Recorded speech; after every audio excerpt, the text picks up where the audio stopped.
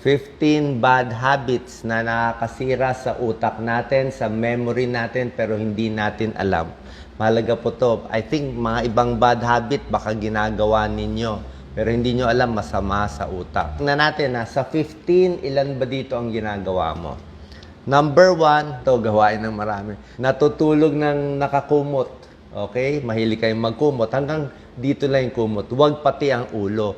Siyempre, pag kinumutan mo sarili mo, tataas yung carbon dioxide, di ba? Pag exhale mo, carbon dioxide, yun din ang mahihinga mo, babagsak yung oxygen sa katawan. Pag bumagsak ang oxygen sa katawan, madadamage ang brain cells, lalo na tulog tayo. Delikado po yan. Ito, mas delikado pa to. Tinakip niya yung una, no?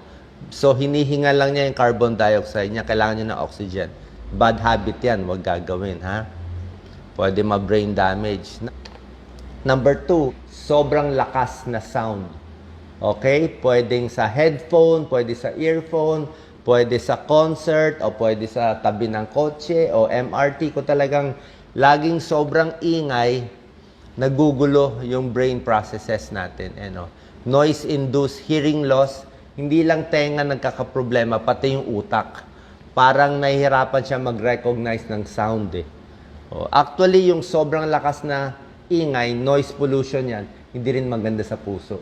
Tumataas rin yung risk of heart inflammation kung maingay. So, maingay, bad for the brain, bad for the heart. Number 3, bad habit pala to.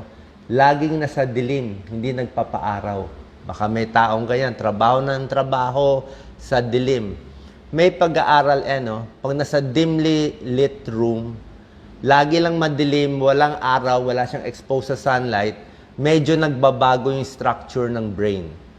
Medyo naiiba yung memory niya, yung learning ability. Ito nga, 30% mas nasisira itong isang area ng brain natin, yung hippocampus. So, mas nagiging dull. Parang mahina yung isip. Kailangan may exposure sa araw. Kailangan mo na exposure sa sun, iwas depression, tataas ang serotonin, more energy, at mas kalma ka. Number 4, working when sick. Ibig sabihin, pag mahina na yung katawan natin, may sakit na tayo, huwag nang pipilitin. Kasi pag pipilitin natin, parang nag-overheat yung brain natin. Poor learning, hindi ka na rin mahina na memory mo, tapos pinipilit mo, baka mahirapan pa lalo. So, lalong nasisira yung sa memory at sa learning natin. Number 5, sobrang stress. Pag laging stress, nasisira din yung brain function natin.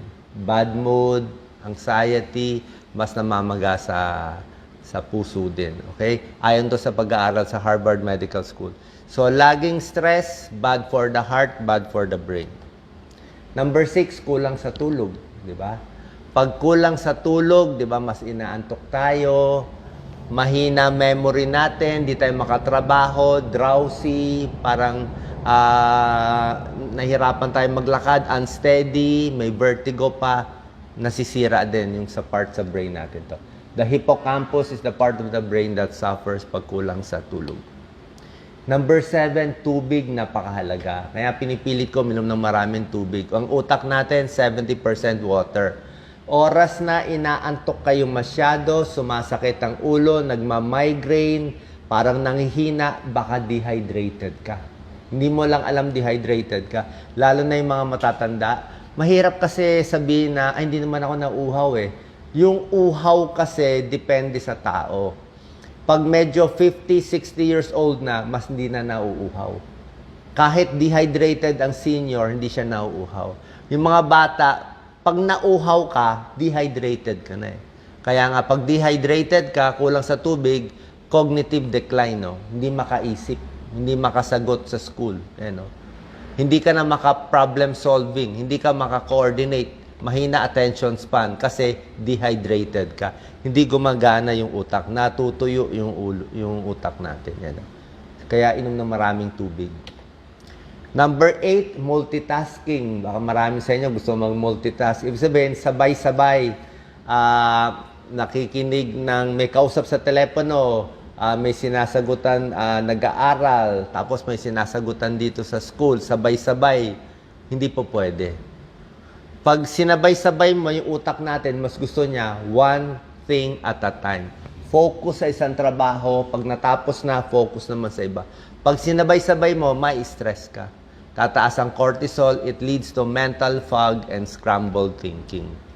So, ingat sa pagsasabay-sabay. Number 9, kailangan mag-almusal.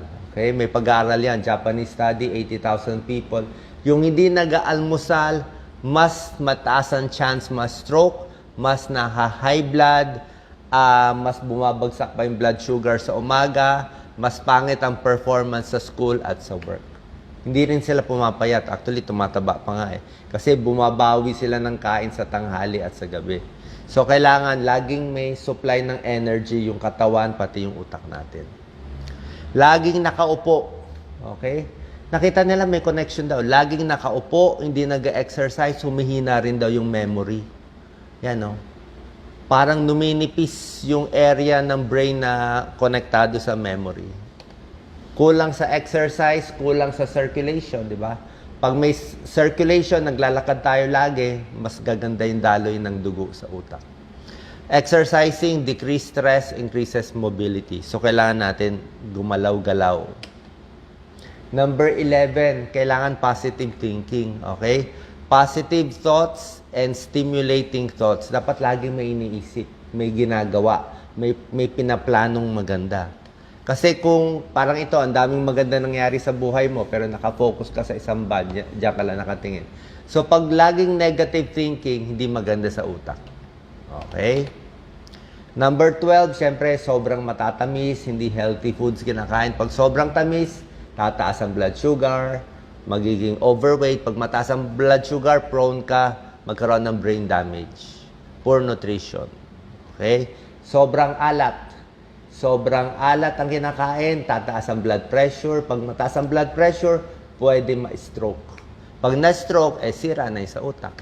Diba? Decline yung brain function. May kasabihan nga, diba, na unang stroke, pwede ka mag-recover. Second stroke, baldado na one side. Pangatlong stroke, namamatay na yung pasyente. Actually, isang saying lang yun. Hindi naman lagi ganun nangyayari. Pero minsan, ganun nga nangyayari. Minsan yung unang stroke, nagre-recover. Yung pangalawa, hindi na makarecover. Pangatlong beses, natutuluyan. Kaya ingat sa high blood dahil sa sobrang alat. Gamutin ng high blood at diabetes. Sigarilyo at alak, syempre nakakasira ng utak. Common sense na ba? Smoking, hindi lang lung disease, heart disease, pati sa utak din. Alcohol, di ba? Kaya nga nagigewang-gewang paglakad, di ba? Pag uminom ng alak, di ba? Para ka na-stroke. Eh. So, nalalasing, higher risk of dementia and Alzheimer's kung umiinom ng alak. Air pollution. Masama ang air pollution. Nakita natin. Maraming pag-aaral yan. Pag yung bahay mo malapit sa main road, higher risk of asthma, higher risk of stroke. Mataas risk ng stroke. Bakit? Siguro yung mga air pollution di ba? Pati Alzheimer's disease mas tumataas. So, ang gagawin natin, iwasan tong 15 bad habits, itong mga good habits, healthy diet, lagi nag-iisip ng maganda, learning, healthy foods, di ba? Sa gulay, broccoli, cauliflower, lettuce, di ba? Apple, watermelon, mani, pwedeng mani para sa utak, okay? Healthy oil lang tayo, ginger, pwede rin yan. So, more healthy, iwas sa matataba at mga processed foods. So, ito po yung summary, pinakita ko sa inyo. Other tips, maganda lagi na stimulate yung brain, switch routines. Huwag boring ang buhay pa iba-iba. Be social, kumausap sa maraming tao. Okay? Digital detox, minsan relax yung utak mong masyadong magbasa ng mga bashers, magbasa ng libro. Okay? Bawasan ng stress, tamang tulog, exercise, safety. Huwag magpapasuntok sa ulo, ha? Magsuot ng helmet, mag-ingat po. Yan, no? Ingatan yung ulo natin na hindi madapa, hindi tayo bumagsak sa bahay, hindi tayo mabagok. So, safety sa bahay para safety ng utak natin. Sana po nakatulong tong tips. 15 bad habits na iiwasan natin para laging maayos ang ating pag-iisip at utak. God bless.